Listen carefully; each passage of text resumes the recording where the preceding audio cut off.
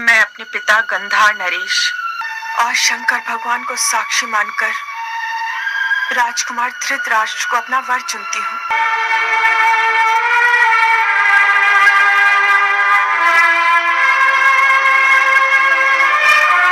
महाराज धृतराष्ट्र की, महारानी गांधारी की।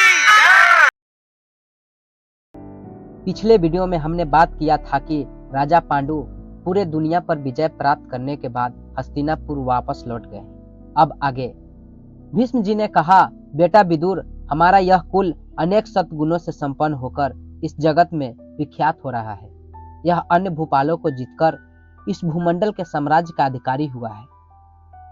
पहले धर्मज्ञ एवं महात्मा इसकी रक्षा की थी, अतः हमारा यह कुल इस भूतल पर कभी उच्छिन्न नहीं हुआ। बीच में संकट काल उपस्थित हुआ था, किंतु मैंने, माता सत्यवती तथा व्यास जी ने मिलकर पुनः इस कुल को स्थापित किया है। तुम तीनों भाई इस कुल के तंतु हो और तुम ही पर अब इसकी प्रतिष्ठा है। सुना जाता है यदुवंशी सूरसेन की कन्या प्रथा, जो अब राजा कुंती भोज की गोद ली हुई पुत्री है, भली भांति हमारे कुल के अनुरूप है। इसी प्रकार गंधार राज्य सुबल और मद नरेश के यहाँ भी एक एक कन्या सुनी जाती है। वे सब कन्याएं बड़ी सुंदर तथा उत्तम कुल में उत्पन्न है। वे श्रेष्ठ क्षत्रियगण हमारे साथ विवाह संबंध करने के सर्वथा योग्य है। बुद्धिमानों में श्रेष्ठ विदुर, मेरी राय यह है कि इस कुल की संतान परंपरा को बढ़ाने के लिए उक्त कन्याओं का वरण करना चाहिए, अथवा जैसी तुम्हारी सम्मति हो वैसा किया जाए। विदुर बोले, आप हमारे पिता हैं, आप ही हमारे माता और आप ही परम गुरु हैं, अतः स्वयं विचार करके जिन बातों में इस कुल का हित हो वही कीजिए।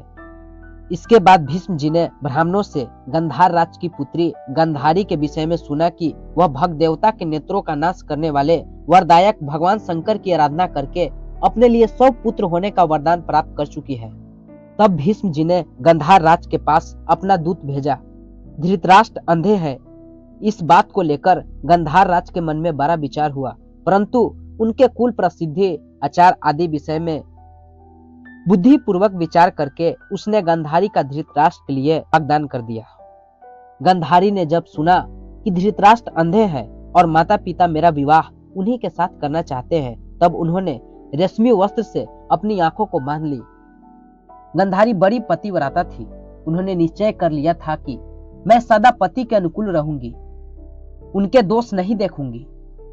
तब एक दिन गंधार राजकुमार शकुनी युवावस्था में अपनी बहन गंधारी को साथ लेकर कौरवों के यहाँ गए और उन्होंने बड़े आदर सत्कार के साथ धृतराष्ट्र को अपनी बहन सौंप दी।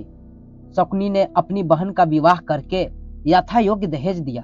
बदले में भीष्म जी ने भी उनका बड़ा सम्मान किया। तब वे अपनी राजधानी को लौट आए। सुंदर शरीर वाली गंधारी ने अपने उत्तम स्वभाव, सदाचार तथा सद्व्यवहारों से समस्त कौरवों को प्रसन्न कर दिया।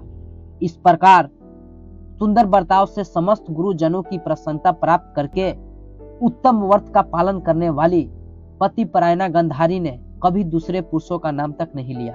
धन्यवाद।